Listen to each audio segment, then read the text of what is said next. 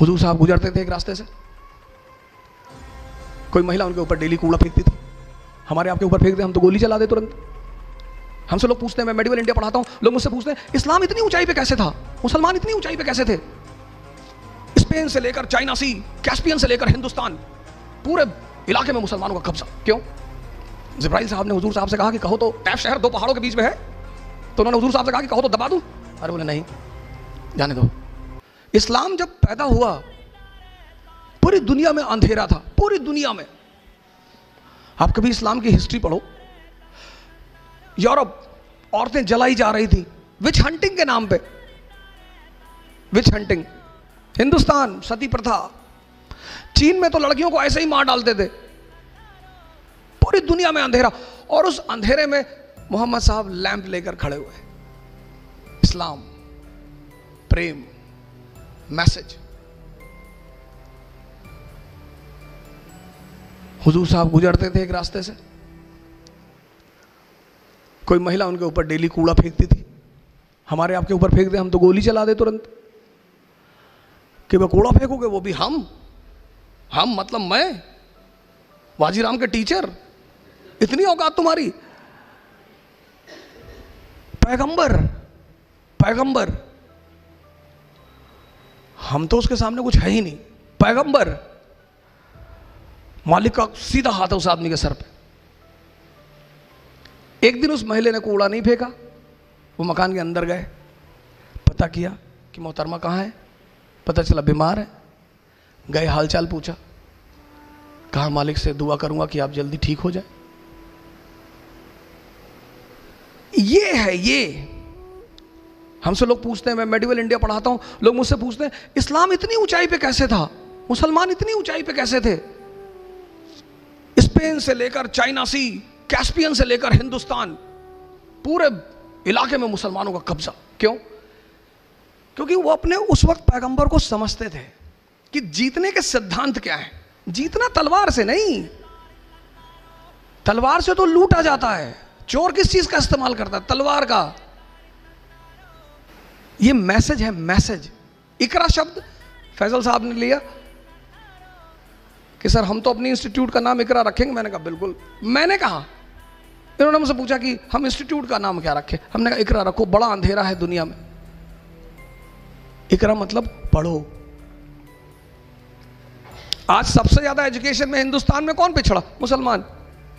पैगंबर हमारा कह रहा है, हमारा, वो हम सब के पैगंबर है, किसी खास विशेष के नहीं है। वो कहता पढ़ो,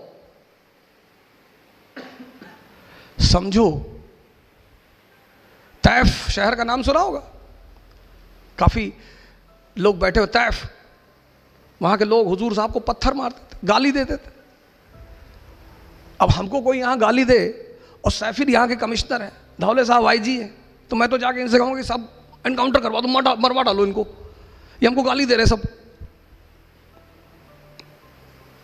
जिब्राइल साहब ने हुजूर साहब से कहा कि कहो तो तैफ शहर दो पहाड़ों के बीच में है, तो उन्होंने हुजूर साहब से कहा कि कहो तो दबा दूं। अरे बोले नहीं, जाने दो। ये लोग ये जो मुझे पत्थर मार रहे हैं ना, किसी दिन यही हमारे पैरोकार होंगे। मैसेज। आप पढ़ते को स्ट्रेस लेकर पढ़ना है मुझे नहीं, समझना है।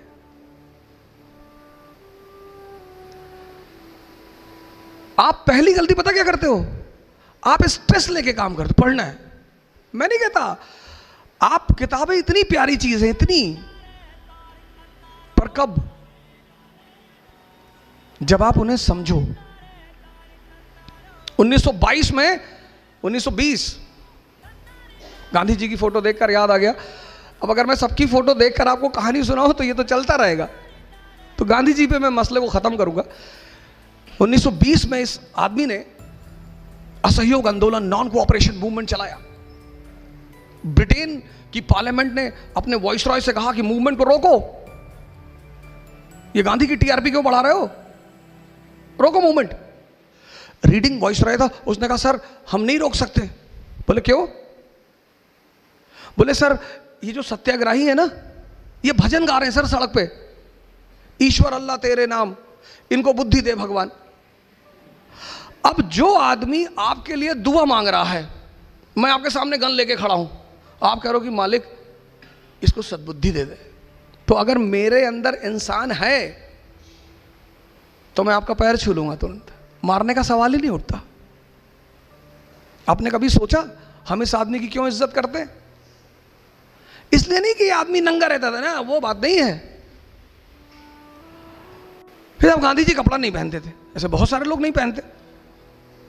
1922 में चौरी चौरा एक जगह है यूपी में, वहां का पुलिस स्टेशन जला दिया, पुलिस वालों को जला दिया, सरकार पे सीधा हमला।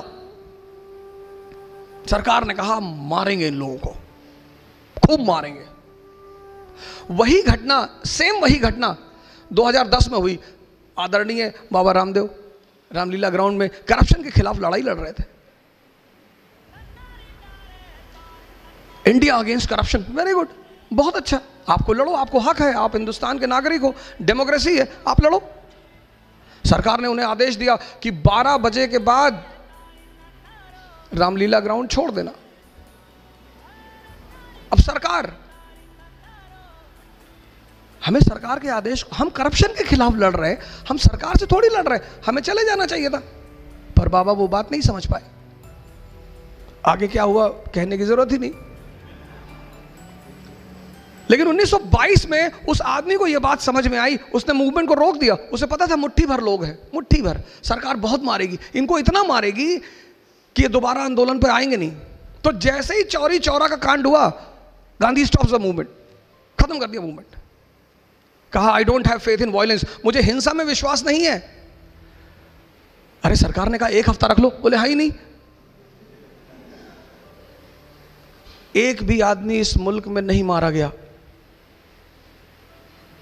महान है वो आदमी। किसी का विरोध करो और वो तुम्हें मार ना पाए। मैसेज पढ़ो किसके लिए? मैसेज के लिए।